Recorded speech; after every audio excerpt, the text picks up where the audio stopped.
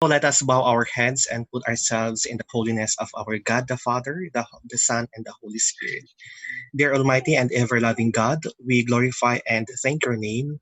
You have showered us with so much blessings, and your presence continuously remind us of your faithfulness and guidance. We know you are with us as we gather together to seek your counsel, pray for guidance in the matters at hand, and ask that you would clearly show us how to conduct our work with a spirit of hope and enthusiasm. Grant us the desire to find ways to excel, help us to work together, and encourage each other to excellence. Bless and guide our resource speakers as they will share their knowledge and expertise. Continue guiding our organizers of this knowledge sharing series as they continue achieving their purpose and mission. We also pray for the hardworking and willing participants who will participate in this noble endeavor. Grant that we do this fully aware that it is not for ourselves that we learn, but for the service of other people. Make us realize that all our actions and plans should be done for your greater glory. Shower us your divine guidance so that we would decide wisely and properly. May you send your Holy Spirit so that we would have no fear in meeting the challenges that our everyday lives entail, especially this time of COVID-19 pandemic. Make us realize that without you, we are nothing. All this we pray and offer to you, our Lord Jesus Christ, our Savior. Amen. Amen. So thank you, Sir Marlon. Sir Marlon, by the way, is the one representing the private schools. Although we have extended the invitation, sir, to the private schools, school heads, because of insistent public demand. So they are with us today, sir. So it's a mixture of those from the public and private.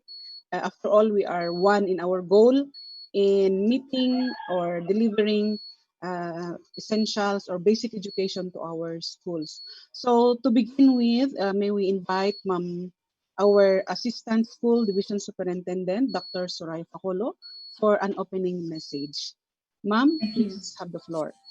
Thank you very much to all the participants for today's session. It's already, we have reached the sixth knowledge sharing series, and we are glad that we are reaching to all, like our teachers, our supervisors and school heads. And we are happy that our speakers have actually gladly accepted this invitation far and wide, wherever they are. Our speaker for today, the two speakers who will be introduced later today, are experts in their own field, and I am happy that they are here to help us out, to see or to help us broaden our perspectives towards online learning or towards the use of technology in learning.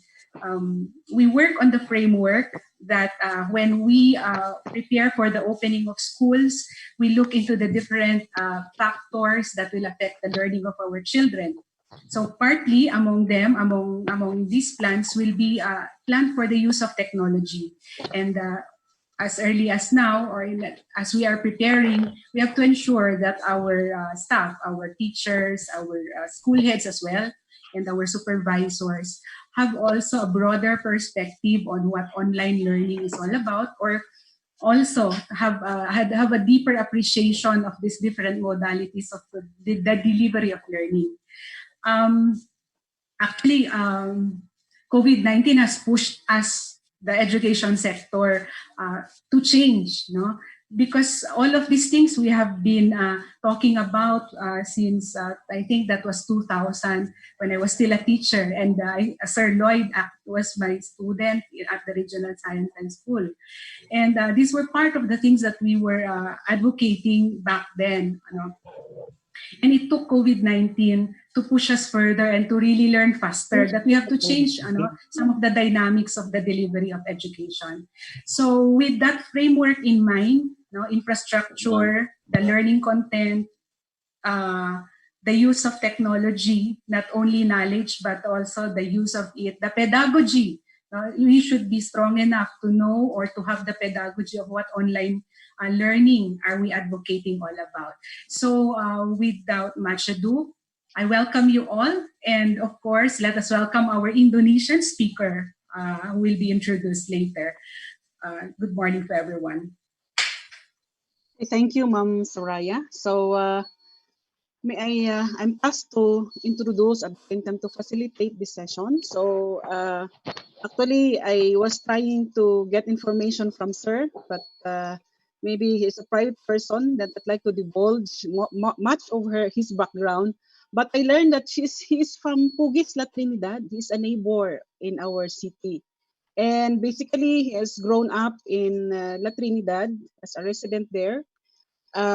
He finished his bachelor at the University of the Cordilleras and had been an instructor there for 2 years before his stint to Jakarta, Indonesia. So I also heard that he is single, and actually he looks like a Korean actor. Presently, he is the subject head of the MYP Science Department of the Binus International School in Jakarta, Indonesia. And if you look at his background, he is currently in a classroom. So walang lockdown sa Indonesia, sir. It's a virtual background, so it was an old photo taken before, yeah. I'm sorry, yeah. It's a virtual background. Look at how the classroom is arranged. We can benchmark on how this is arranged, the classroom. So without much ado, I don't like to take much of his time.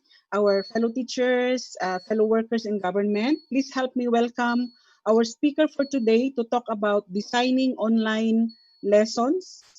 Please help me welcome Sir Lloyd Marcus Wallace. Sir, the floor is yours po. Yes, hey, hello, good morning, co-teachers. And yeah, I can see some of the others are possibly a colleague before. So just alert me if my internet connection isn't working well. So probably you can just chat down at the side. We have a chat room over there. So you can just like post some questions there. Hopefully everything goes well.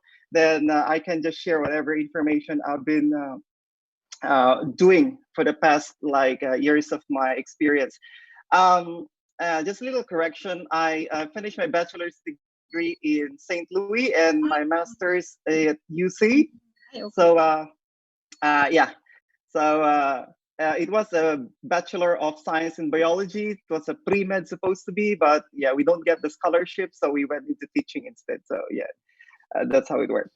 Okay, anyway, so again, welcome into our session today. It's about designing online assessment and lesson. Let me share to you the slide that I have. Hopefully you can see it from your screen. So there you go. Here. Okay. So the topic that we will be talking about today will be on designing online lessons and assessment. So I would probably share my experiences and insights, and possibly what you can take from it is on anything that would possibly help you out design when the time comes that you really need to plan well for an online lesson and design some assessments, especially that we are facing this COVID-19. So here would be this would be the bulk of our discussion today. So probably first we're going to look at the rationale behind experiences and some of my insights and some strategies and challenges that I will probably be sharing to you, because in my teaching in Jakarta, the first time I arrived in 2007, there is already a strong practice of asynchronous teaching, which when I was back home in the Philippines, it's mostly on face-to-face. So the experiences probably that I had would be vast enough for me to share to you and try to find ways by which we can get as much as useful information from it.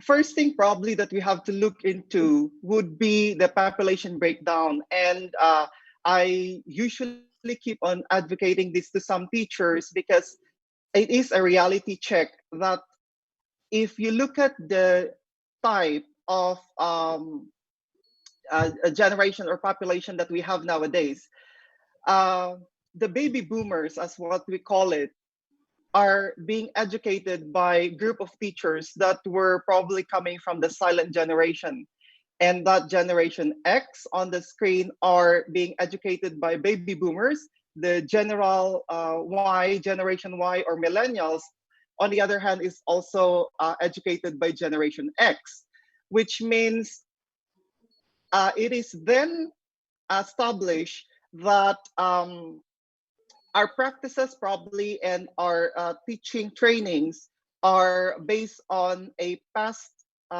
generation, but then we cater to a future generation with a different approach in learning, and that on a different population. Though it doesn't mean that our practices and strategies and techniques are not working, it only implies that education or learning and teaching should be a continuous process, and that every day should be a learning curve, and that we should be learning new things as we go through. In the recent data by visioncritical.com Generation Z, it shows to us then that the virtual world seems to be the normal type of environment that our kids are having, whether it would be in the form of desktop, whether it will be in the form of smartphones, television, laptop. Virtual world is already a part of their environment.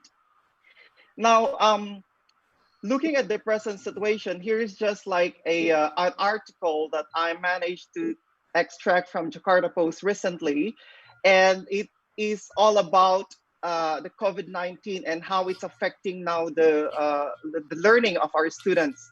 And basically in Jakarta, uh, there are two points of thoughts. Number one would be that there are those students that are bored, probably doing nothing at home. And number two, we have some students on the other hand that are also like bored and occupied by lots or tons of homeworks that they're doing. Uh, just like in the Philippines, we do have the private schools here and we do have the government. The private sector, probably what I would say is that they are equipped with the tools and resources that is sufficient enough to run online classes. The government schools, on the other hand, we call it now the state schools, are usually categorized into different groups. Some of them have access to online learning resources. Some of them may have limited access to it. But their government is doing quite a massive change in their education programs in such a way that they could and possibly deliver learning also to those who are struggling when it comes to technology. So a good question that is lingering probably to all participants today would be, how do we reach this elusive group? Now, I just categorize it into two parts, and I know some or lots of teachers would argue with me when it comes to the number one need, which is technology. I'll try to separate our discussion into two parts because, if we argue on technology, um, we will not be able to discuss more on the other side or the other need, which is mostly on the planning of the lesson and assessment. So what I would probably do is that need number one, if you want to deliver online learning, is really for you to be able to understand technology and the e-learning platforms, as we call it. Now, some of this technology is new. It never been existed like 10 or 20 years ago. Some of them existed 10 years ago, but probably it wasn't designed for education as a platform of learning. It's more of like a business. And some of them are just like recently introduced to us. Zoom, for example, was there before, but people didn't care enough.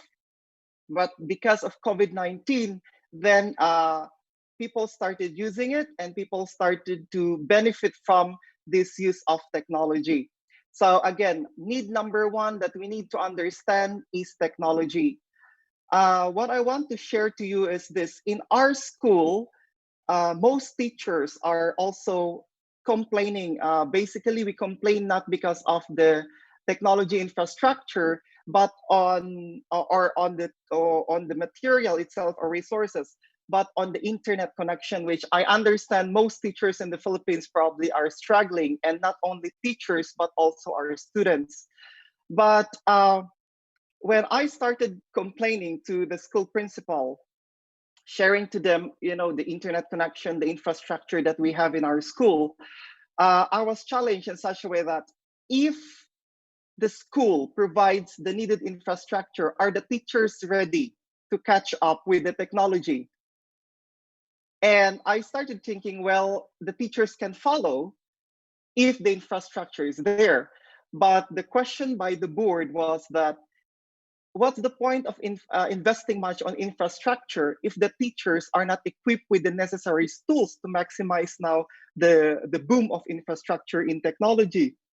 So I think one thing that we need to remember is that the technology infrastructure and then the skills and knowledge of teachers should go hand in hand together, because one is needed over the other. We cannot let technology go first, advance, and the teachers will catch up and follow, nor the teacher is knowledgeable about the use of technology, but the technology is not catching up. So I think these two needs are very important. They go hand in hand.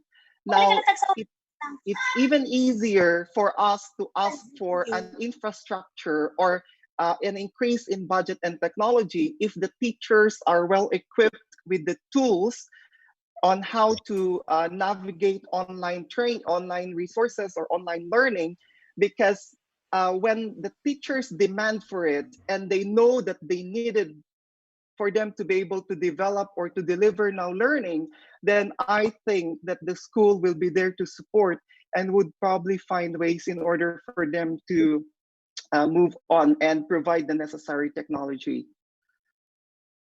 Now, there are three different rooms by which we could possibly deliver online learning. Number one is what we usually call now the virtual self-guided resources, wherein you just give the link to the kids basically. So let them access technology. YouTube, for example, there are a lot of learning information there, mostly content driven. University libraries, they usually upload slides or texts or topics. Textbooks, most of our kids have it, and subject companion guides, which are usually given mostly on probably I can say private schools, because they have those resources. Now, one-on-one meeting, on the other hand, is usually phone calls. I'm not sure about the policy in the Philippines if you have like access to students' numbers, but that would be an example of one-on-one meeting. You could probably call on directly on students and probably just try to have a short chat. But well, again, it boils down to probably the load of the teacher, by which they really need to catch up on how many students they have in the class. Another one would be virtual meetings. We're doing it now. We're using Zoom. Skype is also another option of technology. You can use Google Hangout, Microsoft Teams, or you can share documents in Google Docs or Microsoft OneDrive, or any other cloud computing devices we have available online. You can also have one-to-many, which we're doing now. So this is an example of a virtual meeting platform.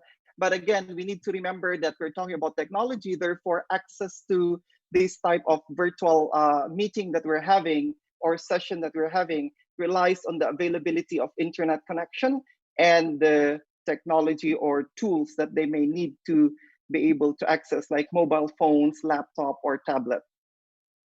So that would be the first need that I think we need to recognize. It's about technology, it's about the infrastructure, it's about the available resources provided to our students, and that which every teacher can have access upon. Now, need number two is on planning and thinking, and I think that is where I am more inclined to and would love to share to you. Because as what I keep on saying, the technology can keep on arguing there. Teachers probably can say we don't have the necessary necessities for it. Some teachers probably say, okay, this would only work for students with internet connection. So we won't be able to finish, argument when we talk about technology. But planning and thinking is one thing that we share in common, whether we are a school head, probably a head of a department or a classroom teacher. Everybody's doing planning and thinking at the same time. What I wanted to point out is that whenever we do planning and thinking, we just have to think in such a way that whatever we do inside our classroom, it is something that would motivate the interest of a child. Because if we lose the interest of a child, definitely they will start to move away, or they would start to get distracted by things that's going around. Remember, there are a lot of things that are going on in the child's environment. Virtual, that which we're doing now, is just one world. Then they have the physical world, and they have different worlds that they're engaged in. So one thing that we need to remember, teachers, would be to promote a positive experience by which we connect emotionally with the students, so that when we connect with their emotions, we connect with their learning, learning can be sustained. And what we're trying to prevent, therefore, when we design learning experiences, is that we prevent downshifting by wherein we reduce their ability to learn at their optimum levels. We usually call it the flight or fight kind of thing, wherein they don't like what's going on, they don't find it interesting. So what they tend to do, therefore, is that they just ignore it. So when we do planning and thinking, we always have to think, what would motivate or what would give a positive learning experiences to our child?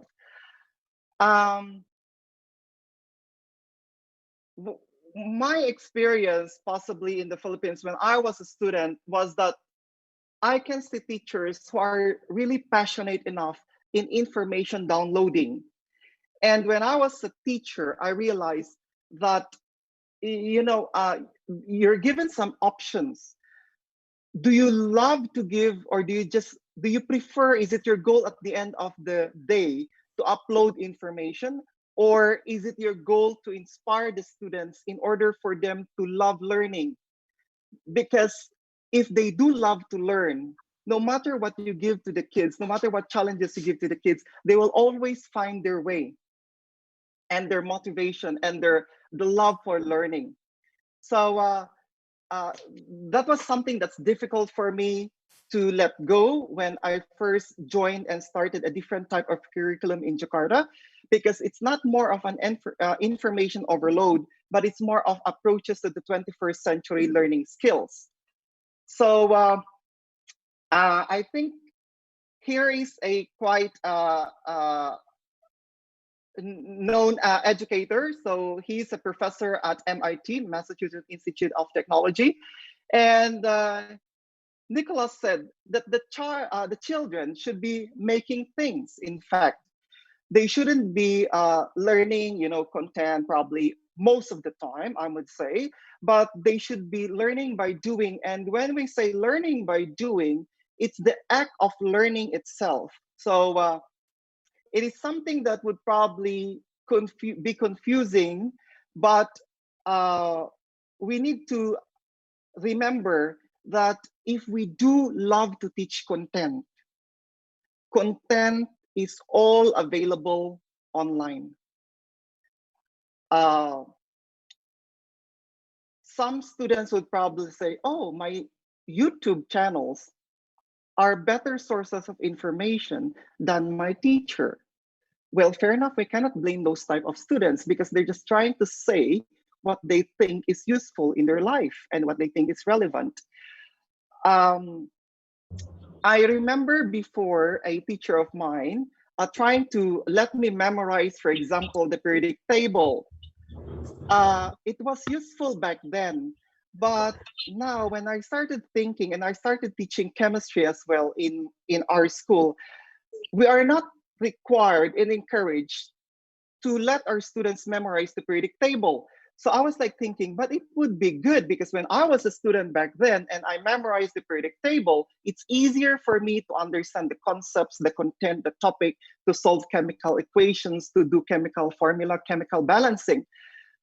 But when I attended workshops on the 21st century skills, I realized that this content that we have are all available online, and that there's a reason, for example, why the periodic table is organized and created. So it will be used as a reference for the students, not for the students to memorize. So what I got from that workshop that I attended before was that instead of me concentrating on information downloading to my kids, I'd rather teach my kids on how to learn, so that if I teach my kids on how to learn, whatever topics I throw to them, they'll be able to manage to learn by themselves. So there will be an independent learning happening. So the teacher will be more of a facilitator than a major source of knowledge. Now, this one then is what I'm trying to point out when we think about online lesson and assessment. So it's just a 4-quadrant, and I would probably start with number 1, then we go to 2, 3, and 4. So for number 1, when you design your learning plans, as we call it, or your planner, again, think about the learning process. So it's more of like, how would I teach my kids on how to learn, or what skills do I want to teach my kids, rather than thinking on the point of like, what topic do I want to teach my kids? So there are two differences between the two. When you say, what topic do I want to teach my kids, you're concentrating on the content. And content, usually what happens here is that we fall into the line of content uploading. So we are the source of knowledge. We keep on just parroting to our kids, and then we expect our kids to absorb it. And then at the end of the day, our goal is finished, our goal is done. However, when we think about the skills, content is just one of the ingredient for us to be able to deliver what we wanted to deliver to our kids. So I would probably say that think or look at these 4 quadrants, and then start with objective identification as the first quadrant. So since we are more of a content-driven type of teaching, as I may probably say in general, I'm speaking in general, it is best that we look at the subject objectives then. So we look at the learning targets, like these are the common lesson objectives that we usually start at the end or at the beginning of a lesson. So we try to jot those down, and we try to write it down in terms of objectives, or in terms of what they call this, aligning whatever the subject that we're teaching is to the goal that we needed to arrive in the end. Now, when we do the first one, objective identification, what I would probably suggest is that pay attention to what we call now the command terms. And you would probably love to line this up with Bloom's taxonomy. Now, why do I recommend use of command terms or the Bloom's taxonomy? Now, when we look at the Bloom's taxonomy, or the hierarchy of a learning, you can see that the basic command terms are usually just repetition of information, defining, labeling, identifying, finding, defining, choosing. So these are like the first level of learning, basic. Let the kids memorize whatever they had, or whatever they have in their notes. Then later on, just test it and let them parrot back to you. So when you say 1 + 1 is a 2, they memorize it as a 2. Then when you ask them again, what's 1 + 1, they can just say 2. Then you can say you're correct.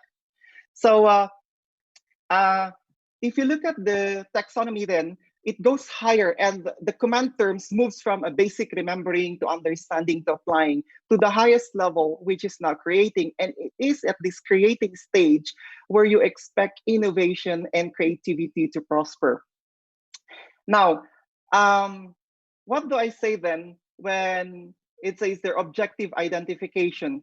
First thing probably is just to look at the subject that you're teaching and try to pick up one of those knowledge or content that you would like to download to the students.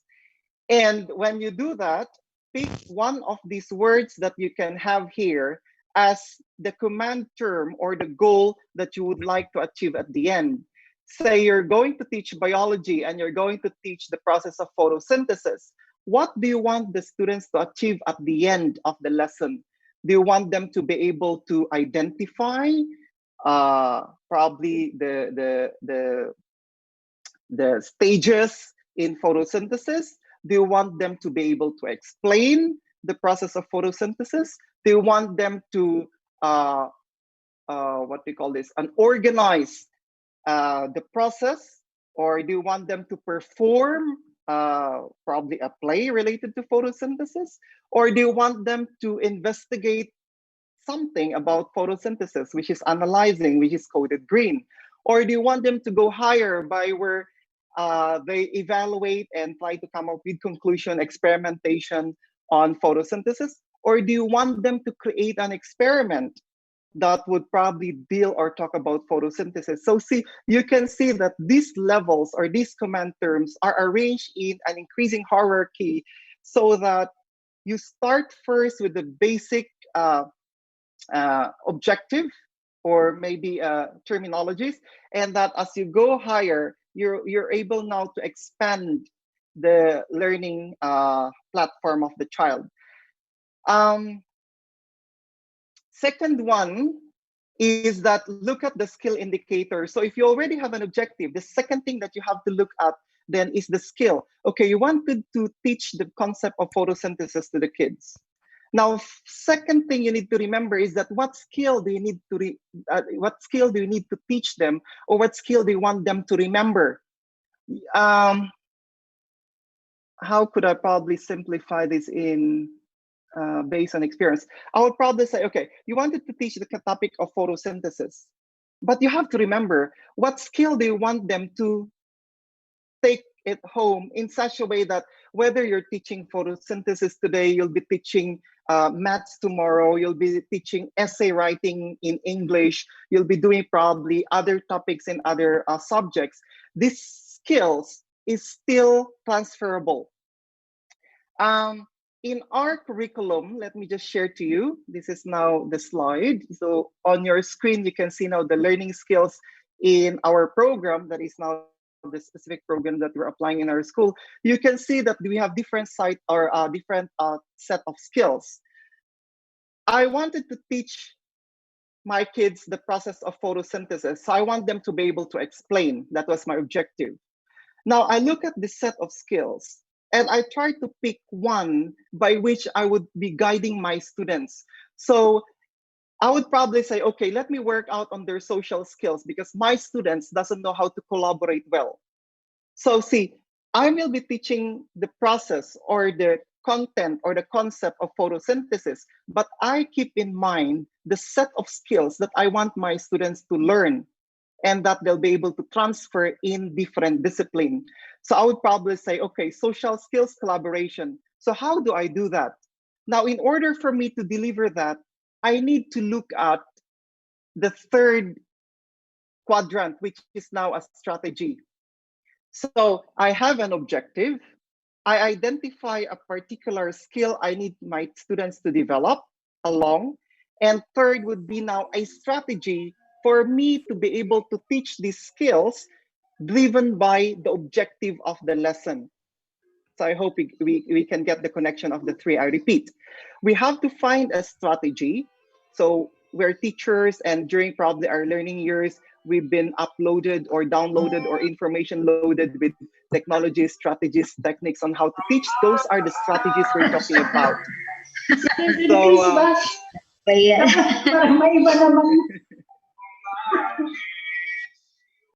okay, so there you go. And then relate it to a skill indicator. So what skills do you want to teach the child? And you will be using now the content in order for you to deliver now the skills and drive it using the strategy that you've found.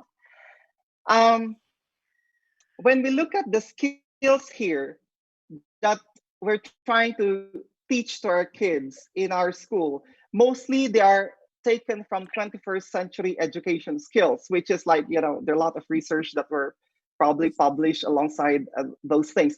And you can see that, there are thinking skills, social skills, communication skills, self-management skills, and research skills.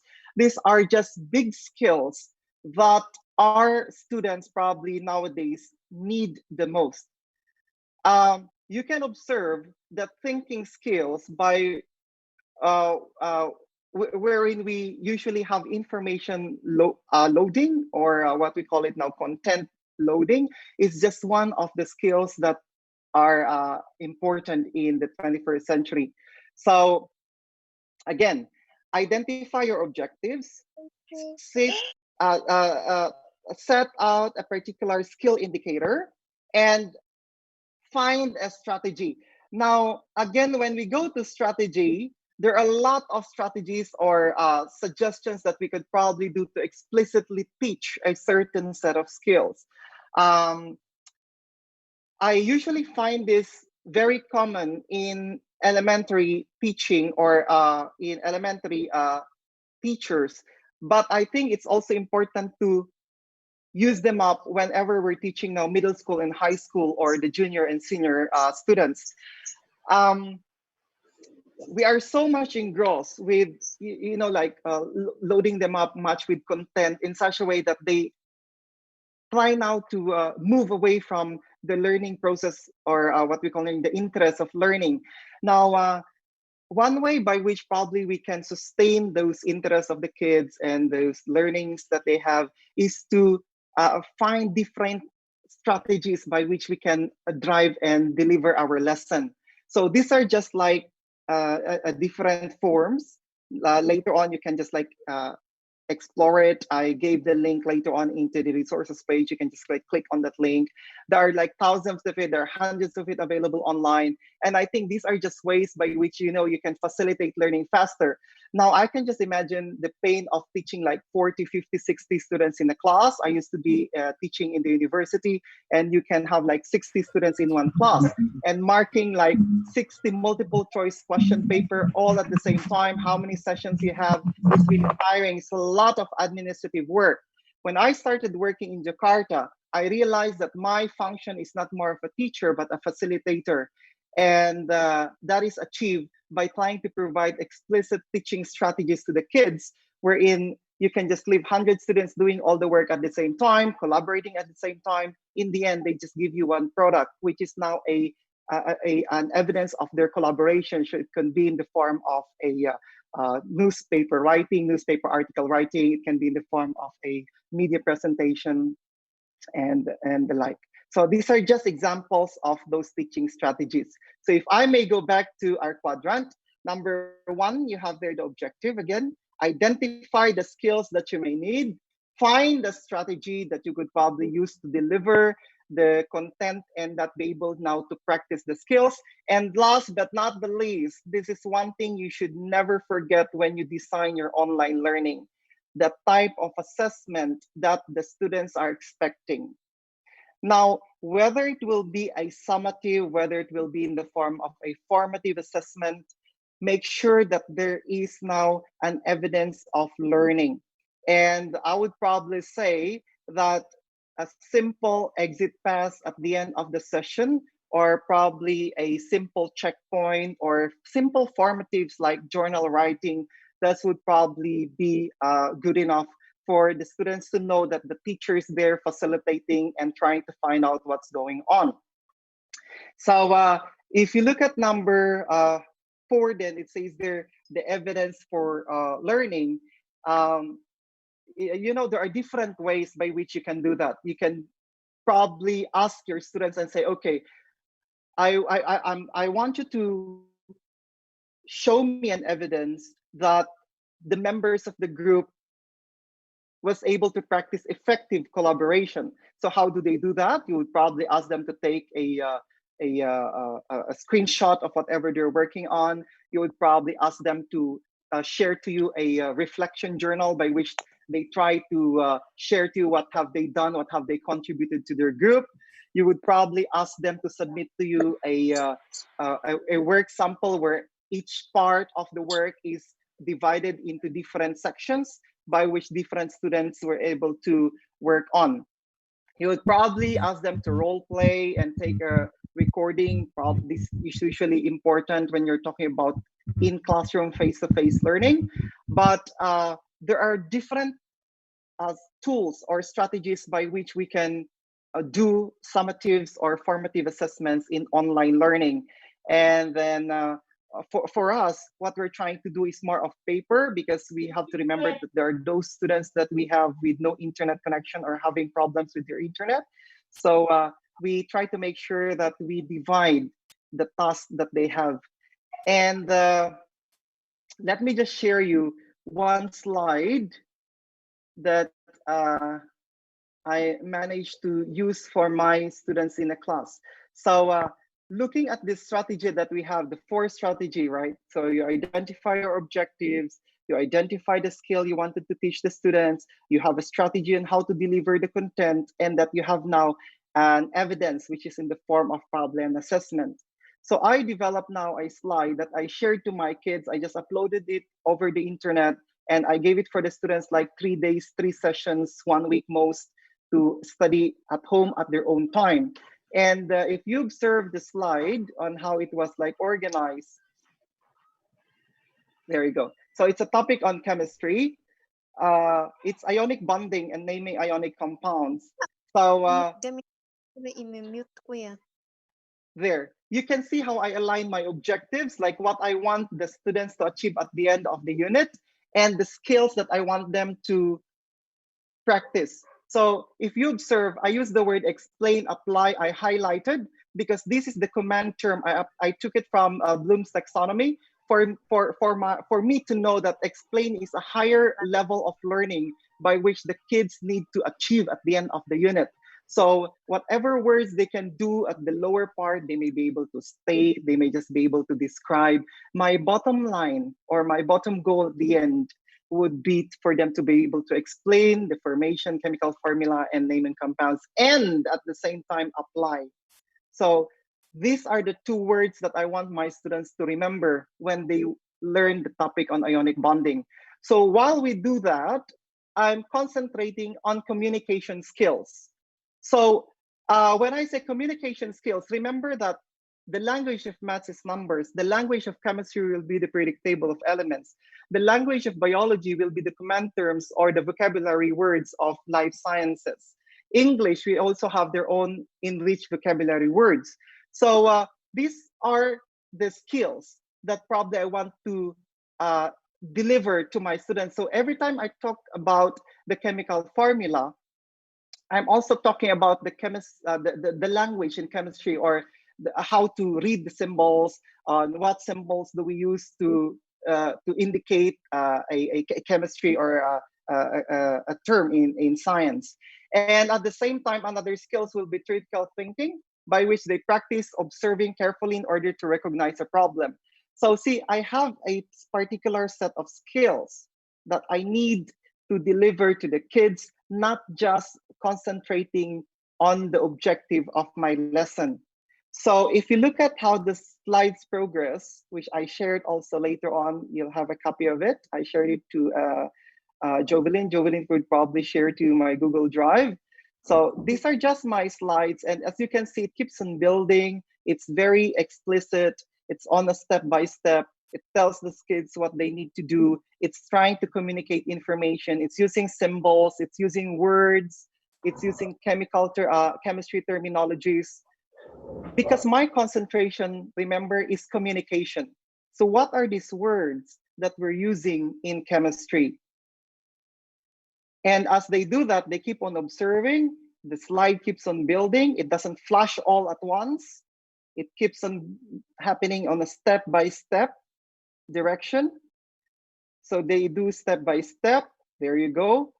Then it moves. So you can see that it is explicitly done and designed so that critical thinking is being established as the kids start learning the topic. Remember that it is online. Your time with them is limited. You may not be available at those sessions, but the slides is available for them and they can learn on their own. So you can see that it's building. Okay, now in the end, you can see that there is an assessment that's given to them. So this is now the fourth quadrant that I'm talking about. Now, it's useless for me giving this to the kids, and in the end, there's no way for me to check whether they understood the topic or not. So what the kids can do here is that they edit the PowerPoint, and at the end of 1 week, they're going to send to me the file, and it's up for me to check. Now, you might be thinking, then it won't be effective because the kids can just go directly over the internet and copy the answers and post it here. Well, that could be done. And again, it's up to a teacher to identify and to track how the students' learning is going. Because if you're developing this set of skills to the kids and that it's not building up based on how you wanted it to be or imagine it to be, now there's no point of learning, because what's happening then is that rather than you helping out the kids on how to learn, what's happening here is that because the task they find is challenging, they don't find it explicitly done, it's so confusing for them, they fall back and go to the internet and just copy paste information. Now, as teachers, we are equipped with the necessary set of strategies and tools by which we can measure plagiarism levels, or by which we can probably find out whether the students can do the task on their own, or they're just getting some help from other people, or they're just uploading or downloading information from various sources. So I think that is one thing that we have to keep in mind. So it's not probably the child's fault for trying to find the answers directly from internet when we give summative assessments or formative assessments in the end. But we have to revisit once again, probably the skills or strategies that we've used from the start to deliver the lesson isn't strong enough, that they rely and go back to something that is not appropriate in learning, such as cheating or just going and finding answers online. So again, if you may ask me, based on my experience then, what would be the best way to design an online lesson and assessment? It would be for me to look up into these 4 quadrants and try to concentrate much on the skills and the lesson, and that the process of learning more than just the information downloading. I know every one of us is much occupied with, like rushing up to finish the syllabus, rushing up to finish now the content, because there's an assessment coming in, there's an exam coming in. But one way or another, we were once a student, and we realize now that when we started teaching, teaching is not just all about, the bulk or the information that the teacher knows. The teacher, they said nowadays, supposed to be is that you get to have good set of students if they ask you questions, and these questions would provoke critical thinking, and that you as a teacher would somehow question your understanding, and again take time to be able to respond to the student's question rather than just parrot directly what the information is to the student. That the student develop critical thinking, or that the student is starting to learn how to learn when they ask questions that are usually out of the box, out of the typical, rather than saying to you, what is the formula to solve this? They're going to ask you questions something like, I just realized that there are 5 different formulas to solve this problem. Which of these 5 formula do you think is appropriate? So these are the type of learning that we wanted to develop when we're doing online, because learning now is owned by the student. It's not about waiting for what the teacher is going to give, what instruction the teacher is going to upload. It's more of like the student is eager to learn because you're challenging them and you're trying to provoke now critical thinking. So the students become more inquisitive, and as they become more inquisitive, you realize that you're teaching skills more than the content, and the content is just following all this set of skills. So these are just pictures. So I hope it's clear on your screen. So this is just like one picture. The one you can see on the left side, the one with like a table and stacks of like wooden piles on the table. This is a grade 6 student doing an investigation about the earthquake topic at home. So he's a grade 6, and we're trying to develop now, we're reaching the point of creating an experiment. So the challenge to this grade 6 student is to design an experiment, something related on earthquake. So what he did is that he used different vibration strength, or different what they call it, levels of like moving the table, and then identify how many blocks of wood would probably fall into the ground. When we asked the student, why would you use a wooden block? And he said, this would represent the building. And the wooden blocks comes in different weights, comes in different heights probably. And he wanted to investigate how does different levels of, vibration would affect the number of buildings or blocks that would fall down. So again, see, the student learned the concepts of earthquakes and the movement and the effect to the environment, the impacts of this, and that he managed now to develop an experiment on his own. What you can see on the lower part, on the other hand, is a teacher doing a dissection of the heart, but because it's an online learning, the students are not available online to learn. What the teacher did was to use Facebook Live.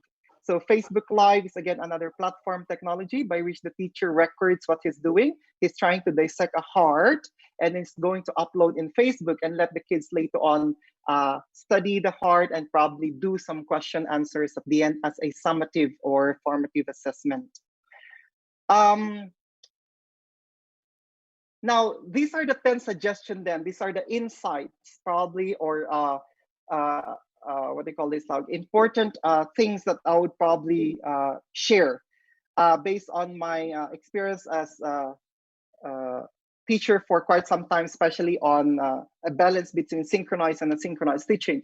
Now, you have to keep the plan simple, but expectations clear. This is very important.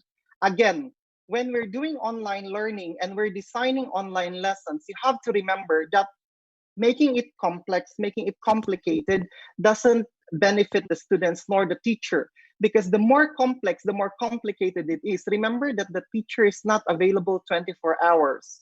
So what you have to put in mind is the simpler it is and the clearer the expectations are, the easier it is for the parents, teachers, and students to be able to collaborate together to deliver online learning. But not so simple in such a way that it would not encourage the students to learn.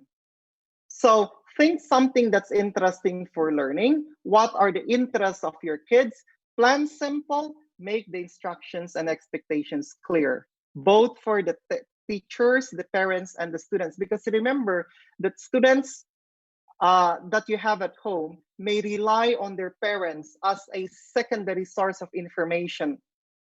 So make sure that we're on that path. Number 2, you get to know your school's tech limitations. So we have the so-called LMS, which is now the learning management systems. Now you have to understand bandwidth and you have to understand buffering. Now, I think this is something that Harris would probably be able to address later on. That is the second part of the session today. When you say learning management systems, these are the available technologies that probably are being endorsed by the school. Sometimes your own schools, mostly private schools, they have all the resources available. They make their own version. Google Classroom is a public available online.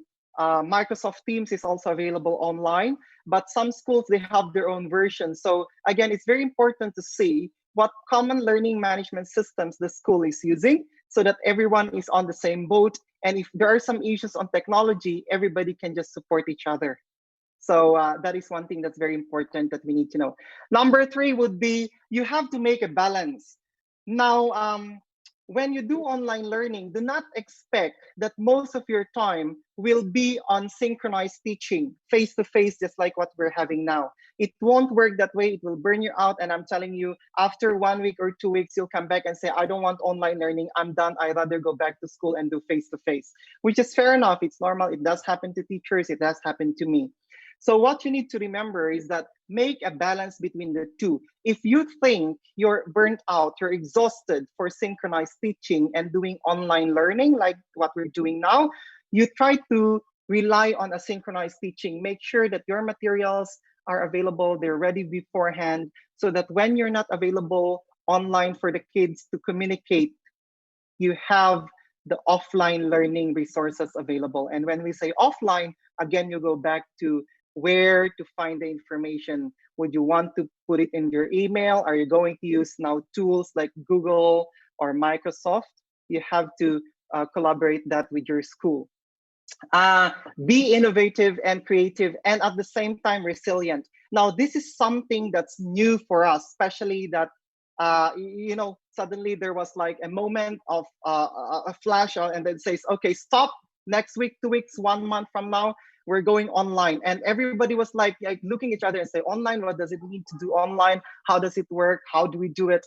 Well, this is just like normal at first, because we're trying to establish a new normal or a new routine, as what they say. But again, as I may say, we are teachers and learning is there. We always commit mistakes, but then we try to reflect and see what we can do to improve on. Be innovative, be creative, and be resilient. It's very important at this point in time. And remember that it's not just about laptops, tablets. Learning can also take place in handphones.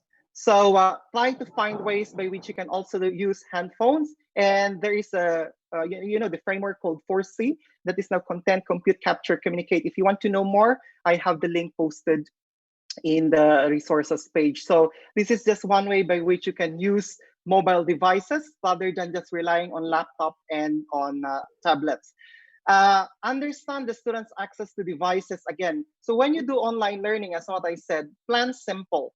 Do not overcomplicate that just because you have internet connection. Probably you're going to develop your topic and your content delivery all in one go online in the cloud. It doesn't work that way. You have to remember that there are those students with probably no connection, no devices. So in what way can you deliver learning to them? I'm quite fortunate to have a limited number of students in my class, but there are times where the internet is not working. So what I do to my students is that for those with no internet connection, I try to call them. And I call them and say, okay, open your textbook. I know you have a textbook at home. Can you check page 5? There are questions on page 5. That is what your classmates are working on. There's a slide I shared to them, but because you don't have you don't have internet connection, what I could probably suggest is read page 2. So those are just ways by which you can be creative and innovative and be resilient on how to deliver your online learning. Because the goal at the end of the day is that you try to reach out to what your kids or you try to reach out to your students. You test various technology. I think that's common sense. And again, you teach the students good cyber citizenship or digital citizenship, as what we call it. Now, there are times where the students would probably go to websites that are not appropriate. That is our responsibility as teachers, because if they open websites that are not appropriate and they use our learning online session as a reason, that would be an issue later on. So we have to teach our students at the same time good digital citizenship. Now, provide effective feedback. That's very important when you do online assessment. You don't want the kids to think that you're just giving them information that is just because online learning is a replacement of the face-to-face. It shouldn't be. It's 21st century. Technology is developing. Technology is booming. We have to start incorporating technology. It just so happened that we are now at home and we're usually trying now to probably practice online learning, that the balance is more of on the use of technology to deliver now learning instructions. But we need to remember that whether it will be a face-to-face learning, whether it's on an online learning, we always provide feedback. And then we can find different ways by which we can do that, whether it's online or offline learning. And again, when we design, make sure instructions are explicitly done. It's explicitly done, it's explicitly clear, without you in front of the student and the parent can understand your instruction, they can learn at the same time. Now, online learning is not about trying to test the knowledge of the students. Online learning is more of developing the skills of learning in the child in such a way that, you know, the child can learn on its own. Probably you reserve those, you know, content uploading, content or knowledge measurement later on when you do the face-to-face kind of learning or teaching, because as I said, it won't work well for you. So let me share to you a short video. I've been talking for like the past 50 minutes, so this would probably help us out.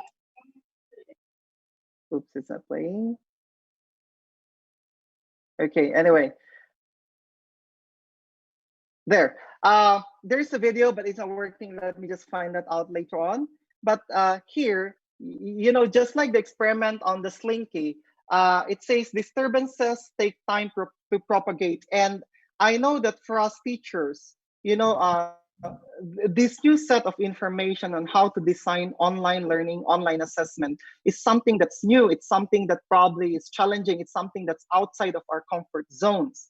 And we're not used to it. So yes, it's like some sort of a disturbance.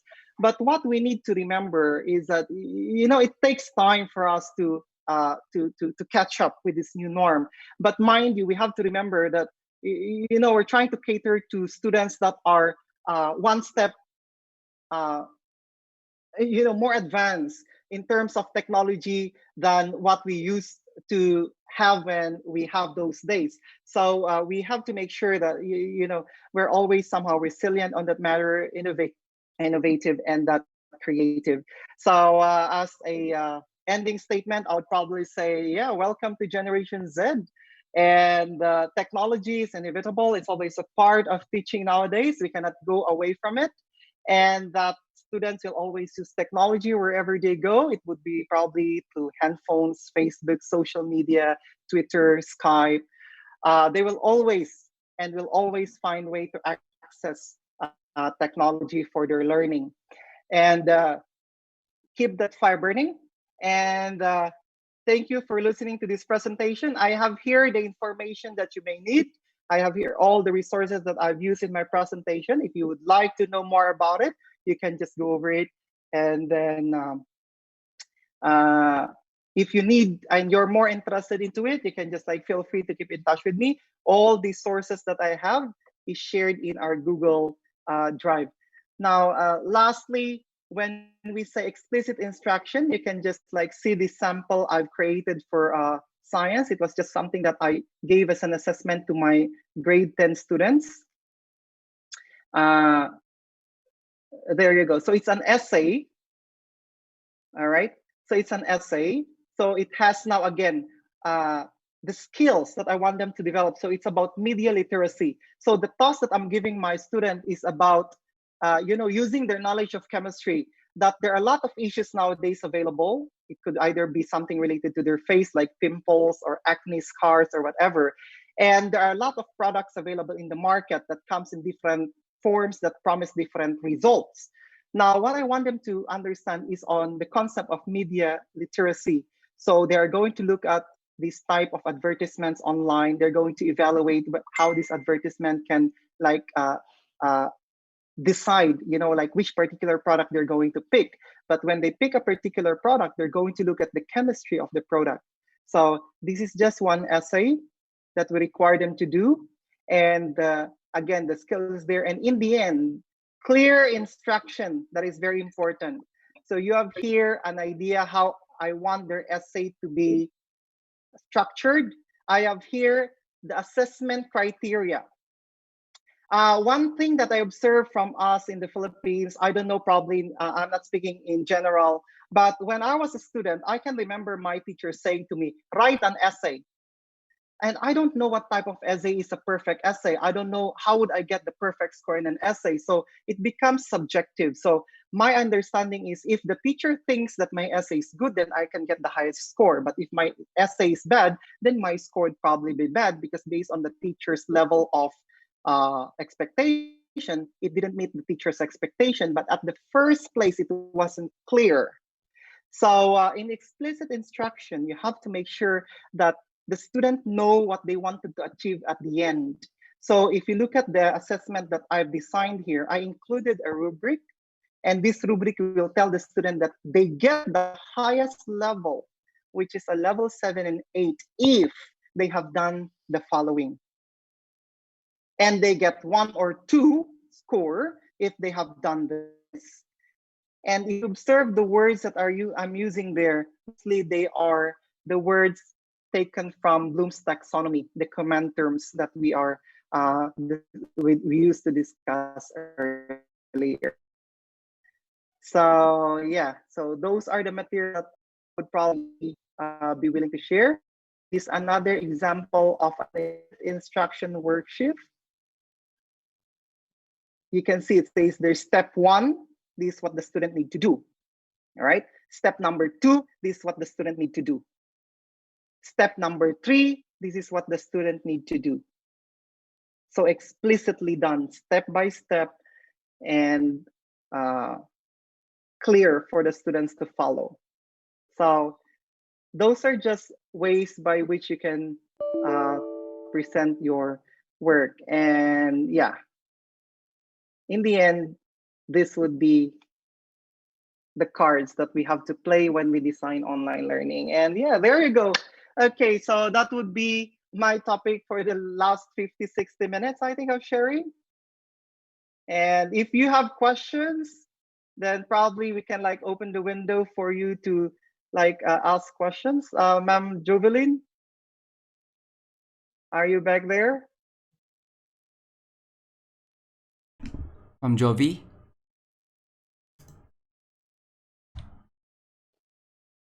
Jovi? Yes, sir. Yeah, probably we can start Q&A. Yes, so if sir. there are some questions that we had, I'll try to answer those that I have to. If it has something to do with technology and everything, then I would probably refer to Harris. If you have questions for those who cannot probably do the audio, you can just type in and probably Ms. Jovi can just read and go over and we can like share it. Yes, sir. Okay, so narinig ba ako, Sir Harris? Yes, ma'am. Okay, so that was a very informative and very timely discussion, sir. That's what we need today, actually, because we are still unsure of and uncertain of what we'll do opening of classes.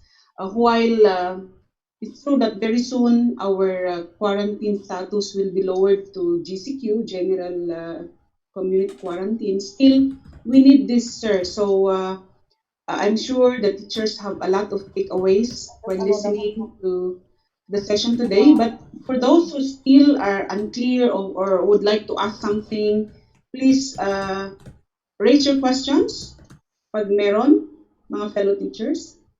Is there anything you'd like to be cleared off or anything na gusto natin for technical assistance or any advice from our speaker? You may raise your questions po. May Sige. nag-raise ng hand. 21 yata. Maraming naka-raise ang hand. So, Yes. i-unmute nyo na lang po yung mic nyo. Sige. Sir Harris, please recognize yung Okay. mga Si Sir Michael Abok? Sige. Sir Michael, go ahead. Hindi. Sino po yung available dyan? Jeremy po. Okay, Jeremy. Sir Jeremy. Go ahead po.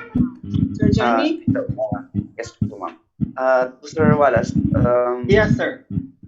if we will be having a class like what you have said, you're having a class in your classroom at the same time a student is absent. Uh, what you will do is just to send information, right? Yes, that's right. Yes, and that's the thing that we have recently in our grade six class. Not all of the not all of the books are actually distributed yet. So Yes. especially for me, math class, it would be very difficult to give an instruction if we do not have a book. Mm-hmm. Maybe yes, with online it's possible, but the case would be not all of the students will be having the internet, as what you've said. Yes. Um, that's the great challenge. Like for now, the possibility that I'm thinking is we'll be sending text messages. However, with the texts, of course, for now, we have unlimited load. I'm sorry, limited load, and I think that would be the great challenge for now. This ECQ or GCQ that will be having texting as part of our way in sending messages or lesson. Yes, and of course, if a student doesn't have a phone, that would be also challenge to us again. And just a question: would it be possible to just send it in text? Would it not be misunderstood? Um, just to have an overview, thank you, sir, for that question. Just to have an overview on how we work it out in our school. So probably it's see whether it fits well in your present situation. So what we did was that when we started doing online, it wasn't something that came into a flash and say, okay, tomorrow the school all closes according to the government, so we have to start doing online.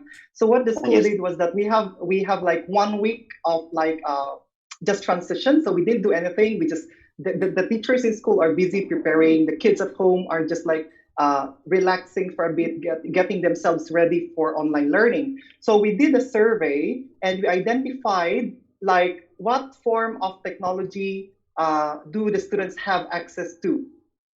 So we did a Okay, survey okay. of that. So we needed to find. So I think that is one thing that we need to find out and figure out first. What would be the minimum available technology that the students can have access to? And number two, the capability of the technology, it should be understood. And Yes, sir. next probably would be when you have those ideas in mind, what is available for the students to access online learning and the capability of the technology to access online learning, that's when you start designing. Do not design the curriculum or online learning or classroom session if you don't have the set of skills. Remember, you have to identify the two needs. Number one is the technology, and number two is the planning and thinking. It's difficult to do with the planning and thinking if the technology is not well established from the start. So it will just, you reach a point of like exhaustion and say, oh, I prepared much of this work, but it didn't, it turned out to be the way I expected it to be. So Yes, sir. I think it's very important that you have to find out first the capability or the availability of technology in your students or in your classroom, and then from there you start to be creative, innovative. Now, when you ask me about the sending of text messages to the students, I'm not pretty sure of the school's protocol or the government's protocol there, but for us in our school. We are allowed to keep in touch with the students, but we have to bear in mind the limits.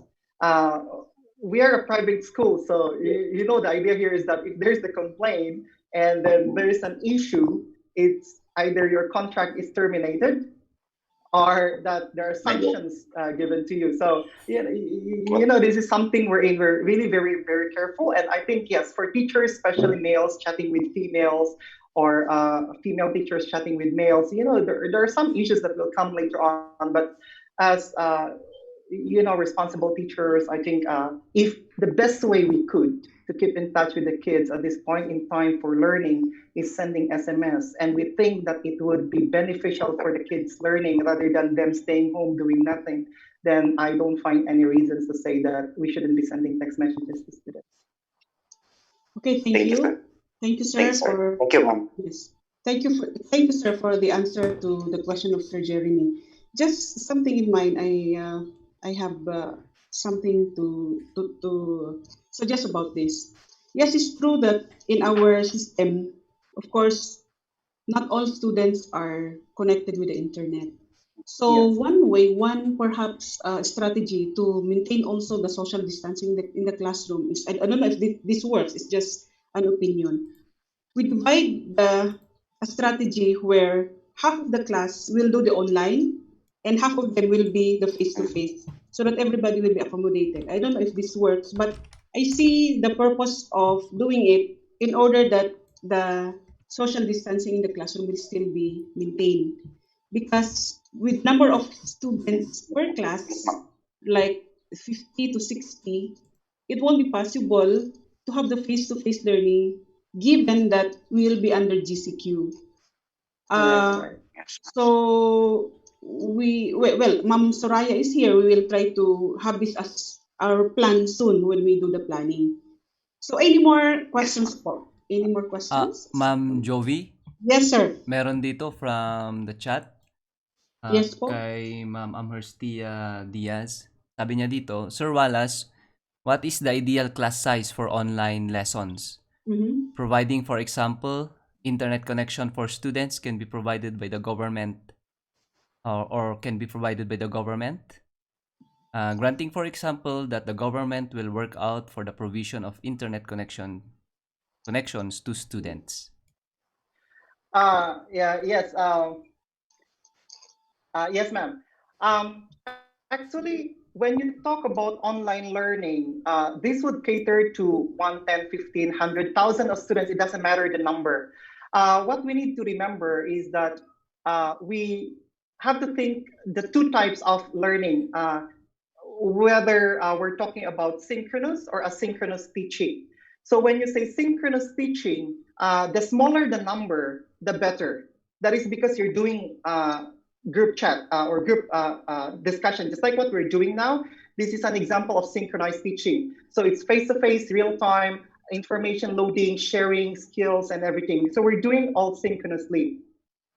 Uh, when we do things like this, then the smaller the number, the better. You can see that it's easier to navigate the classroom if there is a smaller number of students present. However, if you are dealing with large number of students, I would suggest that you do blended learning. You do synchronized and asynchronized teaching. When you do asynchronized teaching, it is an online form of learning. However, information is uploaded beforehand. Students are asked to access information beforehand, and that students are given a specific direction explicitly done on how they're going to submit and do the tasks that you're giving to them. So if internet is given is available for the kids, which is I hope so, and that would be a good development in our education. Um, Try to understand the capacity or the bandwidth, that's what we call it. Um, the more people using, it will slow down definitely. So you don't want people to be using the same internet sources at the same time. So a good solution for that would be for you to develop more asynchronized teaching, just like what I showed you in the worksheet that I've done. I upload it there today, Monday. There's an instruction of what the kids need to do on Tuesday, Wednesday, and Thursday. And on Friday, I need the output from the kids. And it has an instruction on how they're going to submit it to me. I only do once synchronized teaching in 1 week. That is when I have 40 minutes with them and we just do something like this, conference, video conference, audio conference. And I don't force those who are not available and those with no internet connection.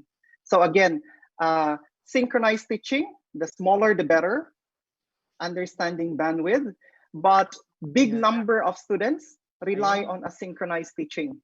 That would be good enough for you. Okay, sir. Thank you. We have another question, sir, from the chat Yes, box ma'am. from Sir Sydney Carino.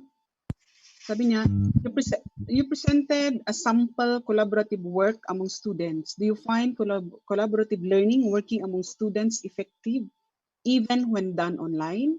Is unsynchronized learning better when we consider internet connection of our learners? What are the ways that we can assess their learning outcomes individually as well? Yes, certainly you're right. Sometimes checking whether the students are collaborating or working in a group is really something that is challenging for a teacher to identify.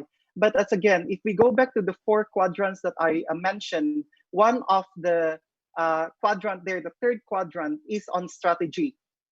You have to devise and you have to think of a strategy when you try to develop your online lesson or your lesson presentation in such a way that there is a way by which you wanted to develop collaboration. Now, in my sample assessment that I've done, where I want them to collaborate, there's a worksheet that follows for that. And in that worksheet, I ask them to develop, or I ask them to develop a project in the end. So they will be working in different small groups. Each group picks a topic. Each member in the group picks a specific topic that they're going to talk about. So the recent assessment that I have done with my chemistry class is that I want them to work out on future materials or materials of the future. So what I did with the kids is that group them into different smaller circles, and then each group picks a product that they're going to submit to me. One group picked newspaper, another one picked a brochure, and another one picked a media. So in that newspaper article, there are 4 people. Each student writes an article of that material that they've picked. In the media presentation, it comes with 4 segments. Each segment is a work of one student. So if one student did not help or collaborate, then that part of their project will be left empty. So this is just one strategy by which I can see whether there's collaboration happening or not. Another one, I usually give a task for my kids, and it's like a series of questions, and I ask them, each member should contribute. So question number 1 will be done by student 1, question number 2 by student 2. In the end, they're going to compile all their information. Now, definitely, if student 1 sees that the information collected by student number 2 is incomplete, then student number 1 will probably say, hey, the information is missing.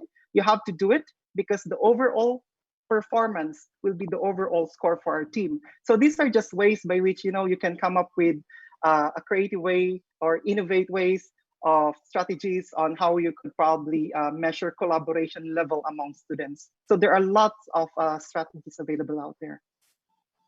Hopefully, Sir Sydney, that solves, I was able to answer your question. Okay, Sir Sydney? Okay lang? Satisfied with the answer? Okay, another one here. It's an idea. It's not actually a question, sir, but an idea Yes. coming from somebody from the private school, and it's nice for us to adapt. Sabi dito, one private school here in Baguio did a survey to their students through texting. Through texting, their stakeholders to know who are capable and non-capable online. Online class were conducted to those who have internet connections. Those who don't were given website to access the download modules through text. I think it was also mentioned in the discussion a while ago na there are a way where we could devise our strategy in order that everyone will access to learning given that the situation is uncertain. Okay, so Sir Harris, meron pa ba tayong questions? Ma'am, meron pa dito sa chat si Ma'am Froilan. Yes, Ma'am go ahead, Froy. sir. Sabi niya dito, I don't know if my question is advanced, baka masagot po ni Sir Wallace. May available, ito. Sakali po na majority of the students have internet connection or can use their phones for mobile data, may available platform po ba na pwedeng gamitin wherein the students and teachers are set for like a regular class schedule? And subject teachers will just sign in the online classroom and take turns? Yes, Ma'am Freudelin, Actually, we have Google Classroom. That is a basic platform available. Most students, as long as they have Gmail, they have access to it. And we have Microsoft Teams as well, which is also free to like a limited function, but still you can deliver online learning. As long as the students have their Gmails, they have their Microsoft mails, whatever mails they have, as long as they have an account, they can just like directly access it. Um, I think this is one thing that teachers probably would also need to understand nowadays, in the use of technology. There are a lot of available online resources that the students can gauge in nowadays. Thus, we really need, and it's very important for teachers really to catch up with all these, like developments that is unfolding when it comes to the use of technology in learning. But yes, Ma'am Freudelin, probably you can start exploring using Google Classroom. That is very basic. You have lots of YouTube tutorials. You can just like click on those tutorials there, and that will come handy. And hopefully, you can start practicing to a small group of students who have internet connection at home. And with those small steps that you have, who knows, like 2, 3 years from now, when we have stable internet connection provision for all schools, then you can go online and just be facilitator more than just be teachers. Okay. Thank you, sir.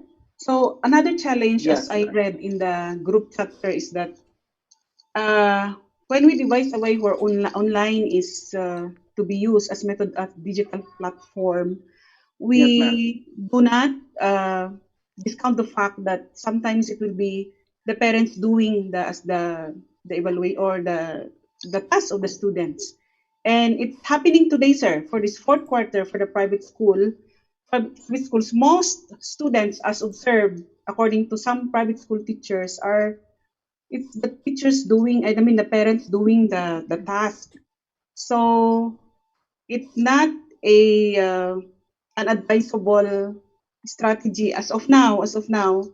So I think we need also to educate the parents so that they will let their children grow. Hindi sila yung gumagawa. So it's one challenge, Yes, sir. It's one challenge actually. That yes, ma'am, Jovi. I yeah. agree for that. I think that is the reason why, at this point in time where learning is really a challenge, and it's really, trying to push the barriers of like what we used to be doing in education. Um, the stakeholders, the school administrators, the teachers, the parents, the students should all in one, develop some uh, guidelines on how to deliver online learning. Uh, Online learning will not help by just going or sending the kids and say, go home, tomorrow we start online learning, make sure you have email. It doesn't work that way. Yes. Teachers and administrators need to come up with online guidelines, or we call it like, like on how you're going to handle your online delivery. Because if you have these guidelines, there is something that would help out the teachers, at the same time the parents, the teachers, on how to deal with when situation arises. um, the challenge of us teachers uh, trying to prove whether a student is the one doing the task. Now, this reminds me of a university professor back then when I was back in university. Um, the highest grade that the university professor can give, it says, is 99. Then I started thinking, why is there 100 grade? If the professor can give 100, why 99? And the professor said, yes, because one is reserved for the professor. So at least one step higher for the professor, 99 is the highest you can achieve. And looking at this logic, I think that is something that we have to put in mind. We are teachers, and as much as possible, we don't want our students to be, like smarter in ways of, like going in and out of the teaching and learning more than our capacity to catch up with the kids. I know that it's easy for a teacher to identify whether, the student's trying probably to, get lots of help, because lately on the online classes, all of the quizzes are perfect, all of the activities submitted is perfect. But when we're inside the classroom, it's not doing well. So, that would already raise a red flag for you. And as teacher, you try to innovate and try to find a strategy by which you can identify that, okay, I know for a fact that the student is not working at home by himself. Thus, I need to devise a strategy by which I can catch the child, and what the child can show me is an exact reflection of the skills that this child is capable to do. Okay. So, sir, thank you so much. In as much as we would like to accommodate more questions, I think our time is already consumed for this session. Unless we just give two chances for, and then we will summarize. We will recapitulate. So may we entertain just two more questions? Sure, go ahead. Okay, from the participants. Parang ang dami dito Sige sa po, group. unmute po. Nakamute ba ako? Yung gustong magtanong po, yung may question, i-unmute nyo lang yung device nyo po.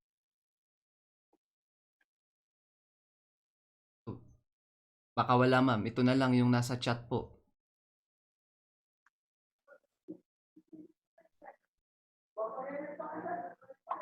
Ma'am? Kasi ma'am Marivi? Yeah. Hi, sir. I have a Yes, question. Yeah. Yes, ma'am. Although we have planned to go online this school year, but the problem is we want to do it in a blended learning. There's an online at the same time. They can go to school on the schedule basis. Like for instance, they have the assessment or All right. they have to do like a performance test. Is that possible in an online learning? And then in another thing, okay lang ba? The second Sure, one, sure. I'm having a problem because like what we said, this is new to us. Right. How do we able to apply online learning with our preschool students? Wherein the fact they have like this 10 minutes attention span, you know? So these are the things that we need to think and possible. I don't know how do you apply.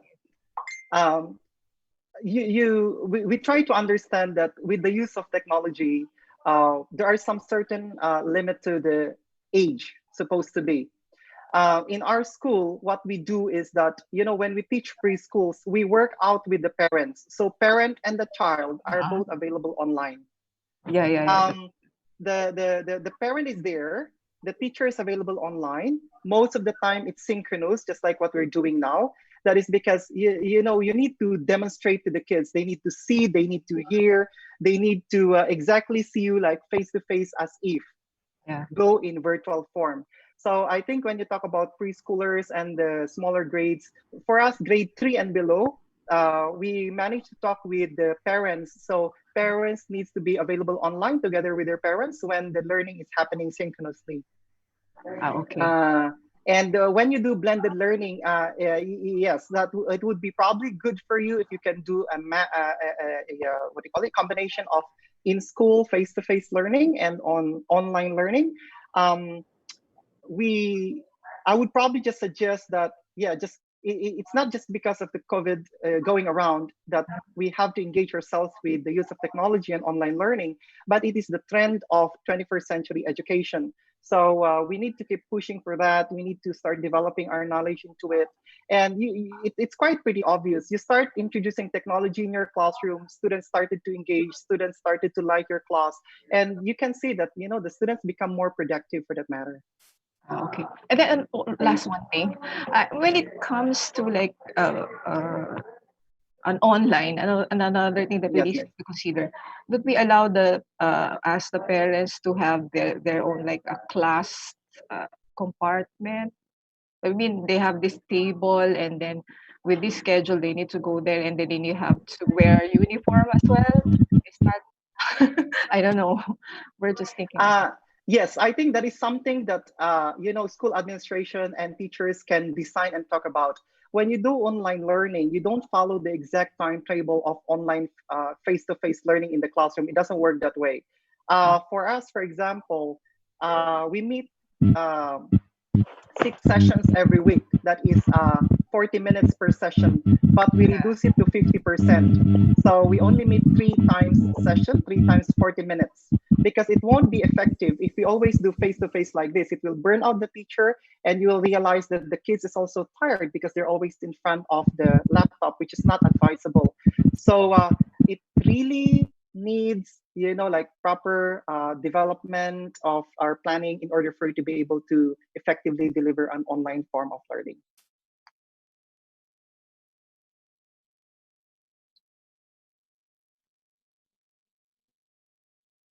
Jovi. Okay, so thank you very much, Sir Lloyd, for your time. Our session today was one of the best among the KSS, one of the best, and one of the most informative because, as I said a while ago, this is what we need now. Actually, we are still on the planning stage of what to do come opening of classes. Even the CO, the central office, is also under still planning. So we do not know what we'll do in August or September or whatever the schedule of the opening of classes. So at least we have an idea on how to do it in the classroom. It's not a final, there's no finality in it, but the fact that we got the idea is already, I think, something that will help us through in our planning when we soon report to plan what we do for the next school year. So just to have a short recap, sir, of what was discussed today, uh, it's now time for us, fellow teachers, to embrace technology. I mean, again, we always say that the technology for the millennials. Let us do the traditional. Others do the millennial do the new strategies. But this is the new normal today. The new normal is embracing the technology. We are now forced to learn how to use the technology, given that the design of our classroom will have to be redesigned, not to the traditional that we do every June, but this is something new really to us. So as was mentioned a while ago, we please go over the 10 suggestions in the last slide given by Sir. The first is we have to be innovative, be creative. We always have questions. We always have doubts. If we use this, what if, what if, what if? But at the time of the GCQ and the ACQ, this is what we learned today: to embrace the change, to go into a situation that you think it's impossible, but it will be possible in the end if we try. Because if we say, I do not know how to do it, it's not possible, it's always negative thinking, you will not arrive at our desired outcomes of developing our learners.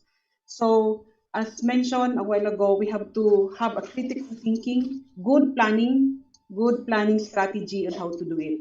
So, I got a very good suggestion from Sir for us to develop guidelines on how to do online. So we will be presenting this to the management, Sir. And we will soon, hopefully, will be crafting guidelines on how to do online so that we'll have a standard, a uniform strategy on how to do online. Either we divide the class, have the others who do not have any internet connection at home or no gadget at all to do the offline or the face-to-face, and others to do the online. Because come to think of it, we are still on the survival stage. Our economy is not yet certain, and we need years more to regain what was lost during this ECQ. So I believe the parents will be focused on how to survive. Second or third option na lang or priority ang education, because the first and foremost that parents will be thinking today is how to survive, how to have food on the table. So tayo in the education sector is we'll have to also understand the fact that our parents will not be focusing more on the education of the children because of the situation. Although we are blessed in Baguio City compared to the NCR, na we have good resources, medyo maayos-ayos pa naman ang sitwasyon natin. So those are things that we will be doing in the next year. You really challenge us a lot today because we'll be forced to really to sit down, do planning, and present to the SDS as her basis of deciding what to do in the opening of classes. So with that, we really thank you, sir. it's not a surprise that you're a very good speaker because your teacher, Ma'am Soraya, is also, I know, is a very good teacher when you were her student. So we thank you, sir, for your time and regards to our kababayan in Indonesia, if we have some teachers there. Yes, we do have Yes. teachers available here as well. Yeah. Yes, sir. Yes, sir. To our fellow teachers who joined us today, our school heads, our supervisors who joined us, we will get the idea from what was discussed today and what to plan to do. So thank you, Sir Lloyd, for giving us at least a bird's eye view of what we will do in our planning. Actually, may planning kami tomorrow sa regional office, and this is one takeaway that we will bring there sa regional office in our planning for an e-classroom program when the time of classes will be open in the next school year. So with that, sir, we don't have much time. I'm sure a lot of teachers today who join us have a lot of questions, but we can have your still questions and then we'll have it offline na lang because yes, Sir Harris will be coming in a while. So again, God bless po, sir. Thank you so much for your time with us today. Yeah. So for the materials, I shared Yes, sir. some of the resources in the Google Drive. Yes, Miss sir. Jovelyn is available there. Should you need more information, probably something that would help out in your teaching, learning, and planning resources, I'm quite fortunate to be able to like attend these international workshops all around. So I'm free, and usually I just love to just share it, whatever I know. You can just keep in touch with Miss Soraya. Yes, Hi, ma'am. Ma'am Sor. Yeah, there. You can Yes, just sir. keep in touch with Ma'am Sor. Whatever topics you need, as long as I know about it and there's something that I would love to share, then I'll be willing enough to do it for free. So that would be fine. Yes, sir. Thank you so much. Thank you so much. Our salute po, salute. Thank you so much. Okay, so fellow teachers and our participants, that ends our session with Sir Lloyd Wallace. We hope to have you again, sir, in our learning Sure, development yes. programs in the future. Okay, sir. So that is our session for today. This has been Jovelyn, your facilitator. We will move on to the next session. Sir Thank you. Harris, Ma'am